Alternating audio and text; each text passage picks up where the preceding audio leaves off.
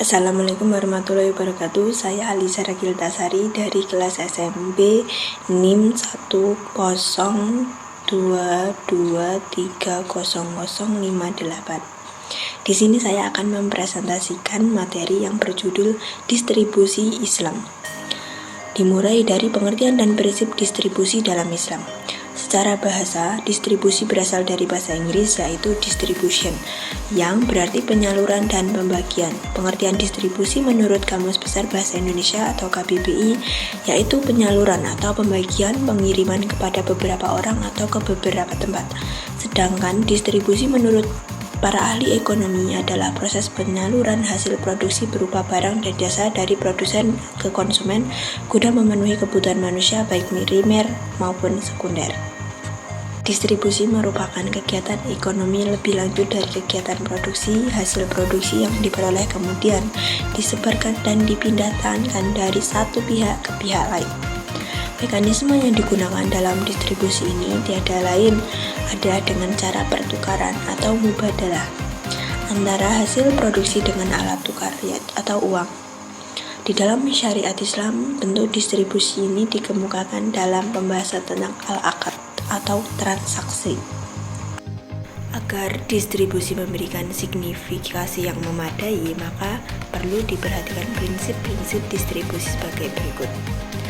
Yang pertama, ada prinsip keadilan dan pemerataan. Yang dimaksud di sini yaitu kekayaan tidak boleh dipusatkan pada sekelompok orang saja, tetapi harus menyebar kepada seluruh masyarakat. Hasil-hasil produksi yang bersumber dari kekayaan nasional harus dibagi secara adil. Yang kedua, ada prinsip persaudaraan dan kasih sayang. Konsep persaudaraan dalam Islam menggambarkan solidaritas individu dan sosial dalam masyarakat Islam yang tercermin dalam pola hubungan sesama muslim. Yang ketiga, ada prinsip solidaritas sosial. Yang dimaksud di sini yaitu sumber daya alam harus dinikmati oleh semua makhluk Allah. Adanya perhatian terhadap fakir miskin terutama orang kaya. Kekayaan tidak boleh dinikmati dan hanya beredar di kalangan orang kaya. Adanya perintah Allah untuk berbuat baik kepada orang lain. Umat Islam yang tidak punya kekayaan dapat menyumbangkan untuk kegiatan sosial. Larangan berbuat baik karena ingin dipuji orang. Larangan memberikan bantuan yang disertai dengan perilaku yang menyakiti. Yang selanjutnya ada model distribusi dalam ekonomi Islam, yaitu ada zakat, sedekah, pajak, upah, dan pinjaman.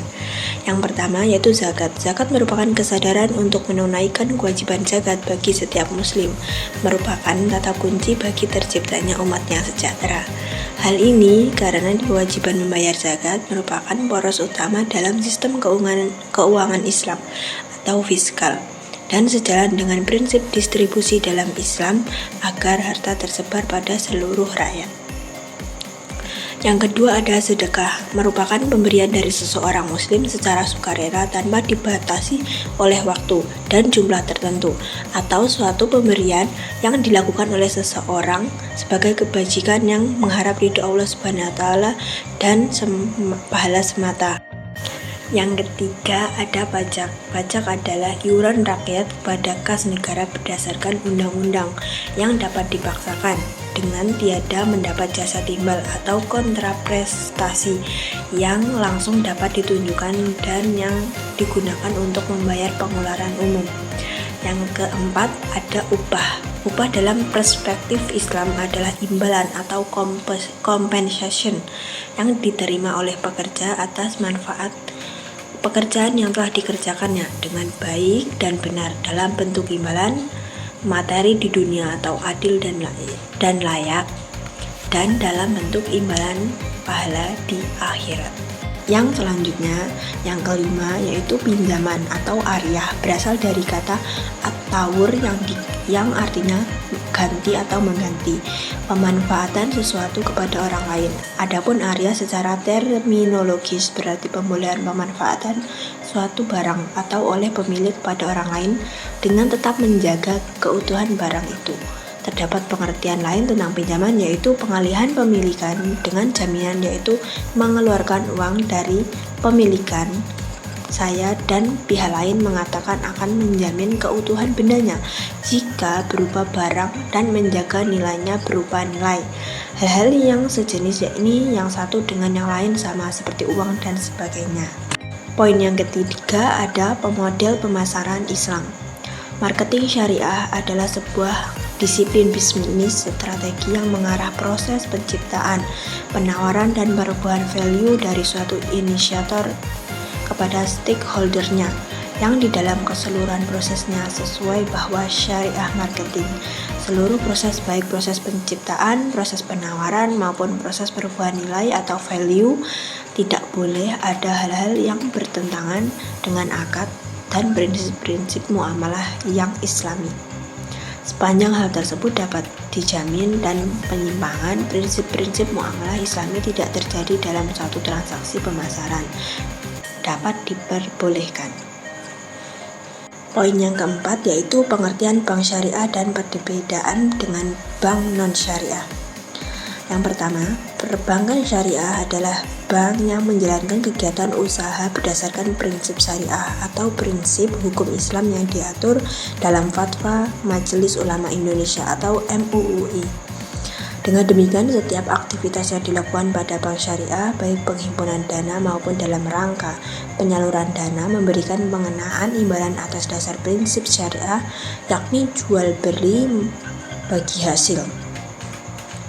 Sedangkan bank konvensional adalah bank yang menjalankan kegiatan secara konvensional, mengacu pada kesepakatan nasional maupun internasional, serta berlandaskan hukum formil negara.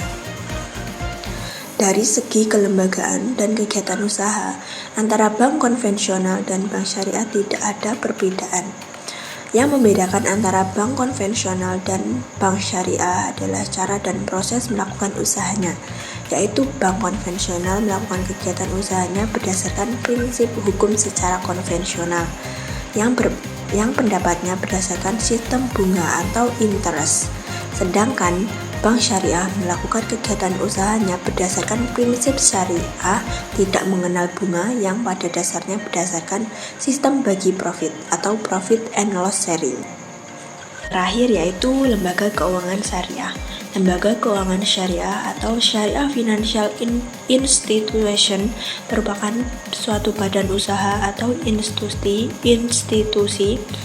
yang kekayaannya terutama dalam bentuk aset-aset keuangan atau financial asset maupun non-financial asset atau aset real berdasarkan konsep syariah. Tidak ada satu definisi pun yang dapat menjelaskan pengertian lembaga keuangan secara sempurna dalam pandangan syariah. Akan tetapi, ada beberapa kriteria tentang sebuah lembaga keuangan yang berbasis syariah, yaitu lembaga keuangan milik umat Islam, melayani umat Islam, dan Dewan Syariah, merupakan anggota organisasi International Association of Islamic Bank atau IAIB, dan sebagainya. Lembaga keuangan syariah dapat dibedakan menjadi dua, yaitu lembaga keuangan depository syariah atau depository financial institution syariah yang disebut lembaga keuangan bank syariah. Yang kedua yaitu ada lembaga keuangan syariah non-depository atau non-depository financial institution syariah yang disebut lembaga keuangan syariah bukan bank. Bisa kita simpulkan bahwa lembaga keuangan syariah adalah lembaga baik bank maupun non-bank yang memiliki spirit Islam baik dalam pelayanan maupun produk-produknya. Dalam pelaksanaannya diawasi oleh sebuah lembaga yaitu yang disebut Dewan Pengawasan Syariah. Terima kasih. Sekian presentasi dari saya. Bila ada kata saya memohon maaf yang sebesar-besarnya. Wassalamualaikum warahmatullahi wabarakatuh.